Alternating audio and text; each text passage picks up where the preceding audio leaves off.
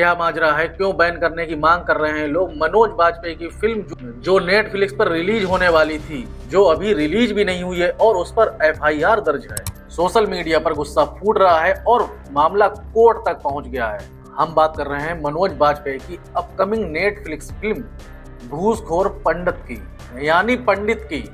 सवाल सीधा है, आखिर क्या है इस फिल्म में जो लोग रिलीज से पहले ही रोक देना चाहते हैं। असल विवाद फिल्म की कहानी को लेकर नहीं है, फिल्म के टाइटल को लेकर है। पंडित शब्द जो भारत में केवल नाम ही नहीं, यह एक धार्मिक और सामाजिक पहचान से जुड़ा हुआ शब्द माना जाता है, जिसे आमतौर से पंडित या ब्राह्मण समुदाय से जोड़ा जाता है। अब जब इस शब्द के साथ घूसखोर यानी भ्रष्ट जैसा शब्द जोड़ दिया जाए तो कई लोगों को महसूस हुआ है कि पूरे समुदाय को एक ही फ्रेम में भ्रष्ट बता दिया और यहीं से विवाद ने जन्म लिया। सोशल मीडिया पर जनता क्या सवाल उठा रही है? लोगों ने खुलकर सवाल पूछे। अगर फिल्म में किसी एक व्यक्ति की कहानी है तो टाइटल ऐसा क्यों रखा गया जो पूरे समुदाय की ओर इशारा करता है? अगर पंडित की जगह किसी और समुदाय से जुड़ा शब्द होता तो क्या तब भी इसे क्रिएटिव फ्रीडम कहा जाता? क्या ये जानबूझकर चुना हुआ एक विवादित टाइटल है या फिर मेकर्स की बड़ी चूक?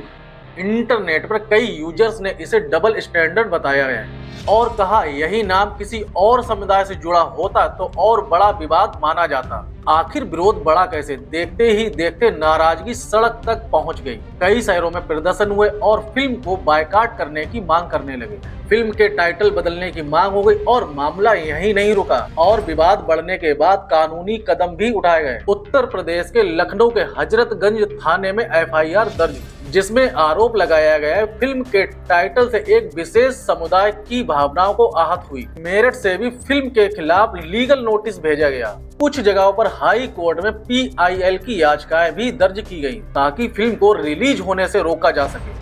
इस विवाद पर कई संगठन और संस्थाएं भी सामने आई। विश्व हिंदू परिषद ने टाइटल को अपमानजनक बताते हुए सरकार से कार्रवाई की मांग की। फिल्म इंडस्ट्री की बड़ी यूनियन ने कहा कि ऐसे टाइटल सामाजिक भावनाओं को ठेस पहुंचा सकते हैं और अगर नाम नहीं बदला तो मेकर्स के खिलाफ बायकॉट किया जा सकता है। फिल्म की टीम ने सफाई दी। विवाद के बीच मनोज बाजपेयी और निर्देशक नीरज पांडे ने भी अपनी बात रखते हुए मनोज बाजपेयी ने कहा कि ये फिल्म किसी समुदाय के खिलाफ नहीं है और कहा अगर लोगों की भावनाएं आहत हुई तो इसे गंभीरता से लिया जाना चाहिए। वहीं नीरज पांडे का कहना है कि ये फिल्म पूरी तरह से काल्पनिक है और कहा पंडित या पंडित शब्द किसी समुदाय के लिए नहीं बल्कि एक पात्र के नाम के रूप में इस्तेमाल किया गया। विवाद बढ़ने के बाद टीजर और प्रमोशनल कंटेंट सोशल मीडिया से हटा दिया गया है ताकि बिना गलतफहमी के लोग पूरी फिल्म देखकर अपनी राय बना सके। जनता का गुस्सा पूरी तरह बेवजह नहीं है। पंडित या पंडित शब्द एक सरनेम नहीं है बल्कि भारत में धार्मिक और सामाजिक और जातीय पहचान से जुड़ा हुआ है। जब उसके साथ घूसखोर जैसा नकारात्मक शब्द जोड़ दिया जाता है तो आम आदमी को यह महसूस होना स्वाभाविक है कि कहीं न कहीं पूरे समुदाय को एक ही फ्रेम में रख दिया गया। इसलिए जनता का सवाल जायज है। अगर कहानी एक व्यक्ति की है तो नाम ऐसा क्यों रखा गया है जो पूरे वर्ग पर उंगली उठाए? फिल्म मेकर की मंशा शायद गलत नहीं है लेकिन लापरवाह जरूर है। मैं ये भी मानता हूँ कि मनोज बाजपेयी या नीरज पांडे जैसे लोग जानबूझकर किसी समुदाय को नीचा दिखाने के लिए फिल्म नहीं बनाते, लेकिन यहाँ समस्या इरादे की नहीं प्रेजेंटेशन की है। आज के समय में जब समाज पहले से ही संवेदनशील है तो ऐसे नाम पहले ही विवाद को न्योता देते। यह एक क्रिएटिव मिस जजमेंट लगता है। मेरे हिसाब से कंटेंट देखे बिना ये भी सही नहीं है। यह उतना ही सच है कि फिल्म अभी रिलीज नहीं हुई है और बिना पूरी कहानी देखे सीधे एफआईआर, बायकॉट और बैन की मांग अति प्रतिक्रिया की श्रेणी में आ जाती है। लोकतंत्र में सवाल पूछना सही है, आपत्ति दर्ज करना भी सही है, लेकिन पहले सुने बिना सजा देना परंपरा बन सकती है।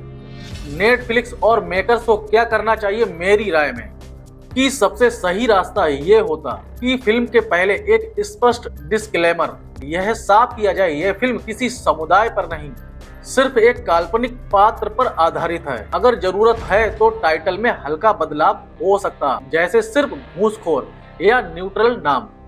इससे मेकर्स की अभिव्यक्ति की आजादी भी बचे और समाज की भावनाएं भी आहत ना हो। अंतिम बात, जनता का सवाल भावना से जुड़ा है, नफरत से नहीं। मेकर्स की मंशा शायद गलत नहीं, लेकिन सावधानी की कमी है। बिना फिल्म देखे बैन करना भी सही नहीं। डायलॉग ही इस विवाद का सही हल है, टकराव नहीं।